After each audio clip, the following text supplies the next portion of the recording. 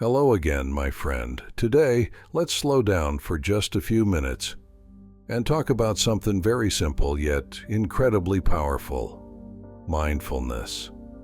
Now, what is mindfulness? It's not a trend, it's not a quick fix, and it's certainly not about clearing your mind of all thoughts. Mindfulness means becoming aware.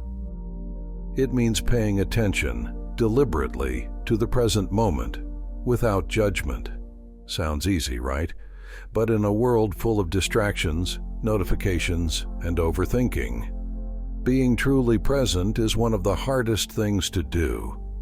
You see, most of us live either in the past, thinking about what went wrong, or in the future, worrying about what might go wrong. Rarely do we fully arrive in this moment. But this moment is all we truly have. Think about it. The past is memory. The future is imagination. Right now is where life is happening. When we practice mindfulness, we anchor ourselves here. It could be as simple as noticing the warmth of a cup of tea in your hand, the sound of birds outside your window, the rise and fall of your breath. In that moment, your mind quiets down.